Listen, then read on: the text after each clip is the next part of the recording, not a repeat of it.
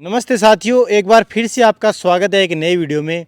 साथियों, फिलहाल हम चैनपुरा की जो गौशाला है उसमें आए हुए हैं और यहाँ पर जो प्रबंधन है वो हम मैनेजर साहब हमारे साथ, इनसे जानेंगे कि जो टोटल पशु है कितने पशु है और इनकी जो खान पान की क्या व्यवस्था है, अनुदान वगैरह की जो राशि है इनके वो सही से आ रही है नहीं आ रही, सब कुछ इस वीडियो में हम जानेंगे। वीडियो को एंड तक ज़रूर देखना। और इस गौशाला में खास बात ये भी है कि इनके पास है वो सभी तरह के जो पशु है ना, जो सारी नस्लें देसी हमारी, वो नस्ल इनके पास है। राम राम जी। राम राम साहब, राम राम। सबसे पहले हमारे जो साथी हमें देख रहे हैं उनको आप बताएं कि आपकी जो गौशाला है उसका नाम क्या है और स्थान कौन सा है। हमारी गौशाला का नाम जी श्री कृष्ण गोपाल गौ सेवा समिति चैनपुरा है और यहाँ पे लगभग हम प्रत्येक नस्ल के पशु रखते हैं। साहिवाल भी है, देसी भी है, गिर भी है और अमेरिकन भी है। और खान पान के लिए बढ़िया हरा चारे की व्यवस्था तो मौके की है नहीं, अच्छा। लेकिन हो जाएगी। और जो सूखा चारा है हमारे पास लगभग 1500 कुंटल के आसपास अब सूखा चारा है लगभग चराने के लिए। इसमें नीरा भी है, तूड़ी भी है और जो चारा आता है ना वो भी है मिक्स में। तो अभी मैनेजर साहब वहाँ पे जो टाइट चल रहा है, मतलब वो वहाँ पर क्या व्यवस्था बना रहे हो आप? वहीं पर कर रहे हैं ना, वो हरे चारे की व्यवस्था है वो वहीं होगी। वो 2.25 बीघा 2.5 बीघा ज़मीन है, इसमें ये लेवल करवा के और पानी लगा के इसमें हरा बोएंगे फिर। तो कुल मिलाकर के कितने क्षेत्रफल में अपनी गौशाला है? गौशाला लगभग ये 2.5-3 बीघा की यार बार है। 3 बीघा में इसका निर्माण हो चुका है, लेकिन ये गोचर के नाम से अब 40 बीघा ज़मीन है। लगभग 40 बीघा जमीन है जहाँ पे आप है वो गौओं की सेवा आराम से कर सकते हो, वो क्षेत्र कामिल ले सकते हो आप। बिल्कुल साहब, बिल्कुल।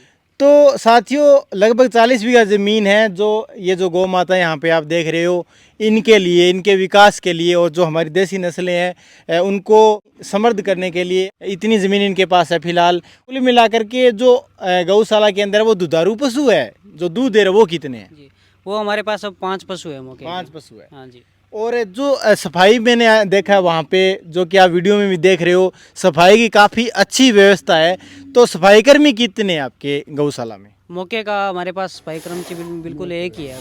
एक परिवार है उसका, एक खुद है, एक उसकी पत्नी है, वही कर रहे हैं मौके के। उनको ये महीने की सैलरी के हिसाब से रखा गया है। यानी 2-3 आदमी आप रख रहे हो, वो काम करें अपना प्रॉपर रूप बिल्कुल से। साहब, बिल्कुल। तो अभी हम बात करें पानी की, तो पानी की क्या व्यवस्था है? क्योंकि बहुत सारे जो बिरानी क्षेत्र वहाँ पर पानी की व्यवस्था सही से नहीं हो पाती, या तो उनका जो ट्यूबवेल है वो उसका पानी खरा होता है या फिर नहर की व्यवस्था नहीं होती है। तो यहाँ चैनपुरा के अंदर है वो पानी की क्या व्यवस्था है गौशाला के लिए? बिल्कुल साहब, यहाँ पानी की कोई कमी नहीं है। पानी वैसे तो पास में नहर है हमारे। अच्छा। नहर के पास में बोरवेल किया हुआ है। अच्छा। बोरवेल में हम उसमें नहर से पानी डाल लेते हैं और पानी मीठा है बिल्कुल, पानी पीने के लिए एकदम हम भी पी सकते हैं उसको, तो गौ माता भी पी सकती है। तो और जो जो वाटर बॉक्स वाला पानी है वो भी हमारे पास यहाँ आता है, वो भी हम इनमें खेड़ों में भर देते हैं उनको पीने के यानी लिए। जो गांव में पीने का पानी आता है वो हाँ, वो उसका कनेक्शन गौशाला में भी है। हाँ ये जी, भी एक बहुत बढ़िया बात है। जो पानी गांव वाले पीते हैं वही पानी गौ माताओं के लिए भी, इनको भी वही पानी पिलाया जाता है।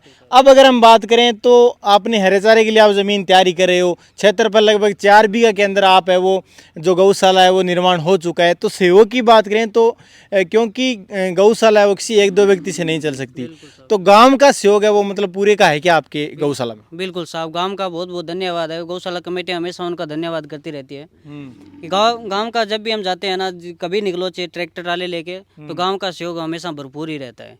बिल्कुल साहब, ये गांव से ही चल रही है। गांव का सहयोग बिल्कुल एकदम सराहनीय है हमारे लिए।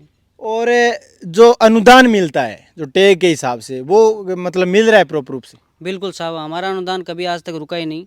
गौ माता की मेहर है, टाइम टू टाइम हमारा अनुदान आता रहता है। जैसे भी 260 पशु है हमारे पास आज अब लगभग अभी टैग्ड पशु है 200 बिल्कुल साहब, तो उनका अभी आवेदन किया है हम्म। और हो सकता है वो 11वें-12वें महीने तक हमारा अनुदान ये भी आ जाएगा। अभी ये 260 पशुओं का, पिछले से 260 पशुओं का आया था, लगभग 13,80,000 रुपये आए थे।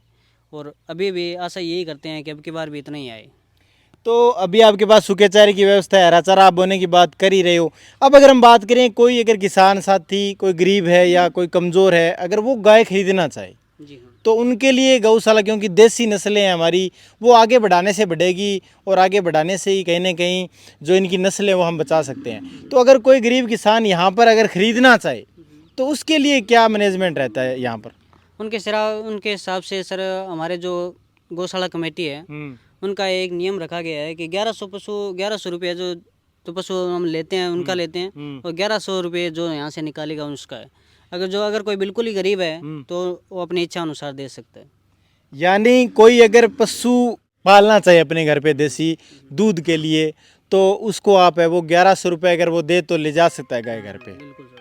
तो ये मतलब पूरी प्रोसेसिंग रहती है बेचने की, एक प्रकार से बेचना नहीं कहेंगे इसे, एक गौशाला की सेवा ही कहेंगे, जिससे कि हमारी जो देसी नस्लें हैं वो सेवा के लिए देते हैं, बेचते तो है ही नहीं वैसे, बेचना तो बंद ही कर दिया है। बेचना बंद अगर है। कोई सेवा करना चाहे और सेवादार लगे कि हाँ ये सेवा कर सकता है, उसी को देते हैं, देते नहीं है। यानी वो कमेटी की एक अपनी इच्छा रहती है भाई ये बंदा है, ये सही है, ये गाय को आगे मतलब खान पान अच्छा करवाएगा, आगे के लिए अच्छे से तैयार करेगा, उसे आप दे देते हो।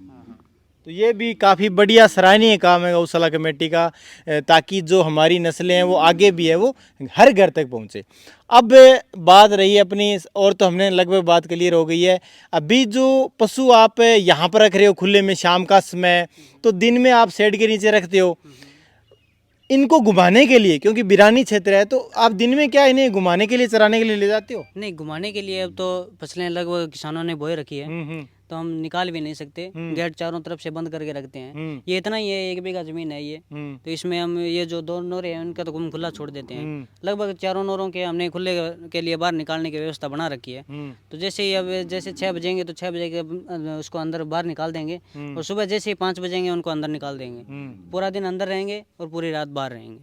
तो ये इनका भी जो मैनेजमेंट है वो फिलहाल चल रहा है। तो आप सभी साथी वीडियो को शेयर ज़रूर करना, ताकि जो हमारी देसी नस्लें हैं वो हर घर तक पहुँचे, और जो गौशाला की जो एक परंपरा है कहीं ना कहीं, जो हम हमारी नस्लें बचाने के लिए जो काम कर रहे हैं उसको बढ़ावा मिले। अब एक लास्ट और सवाल आपसे यही है कि जो आप यहाँ पे जब खुले में छोड़ते हो, मान लीजिए अभी तो बिजान कर रखा है किसान भाइयों ने, जब बिजान नहीं हुआ होता है उस समय क्या कोई दिक्कत आती है? किसान मतलब मना तो नहीं करते कि भाई हमारी जो खेत है वो ख़राब हो रहा है या वो हो रहा है? नहीं नहीं, ऐसी कोई दिक्कत नहीं है। खुले में जैसे हम चाहें वहाँ चला सकते हैं। किसान और गांव वाले हमें कुछ नहीं कहते हैं वैसे तो, पर जैसे कोई किसी का नुकसान हो तो इसलिए तो बोलते हैं। नुकसान तो किसान भी मेहनत करके वो फसल उपजाते हैं, तो उनमें तो गाय अगर चलेगी तो वो क्या खाएगा। तो बहुत बहुत धन्यवाद, आपने अपना कीमती टाइम दिया। धन्यवाद।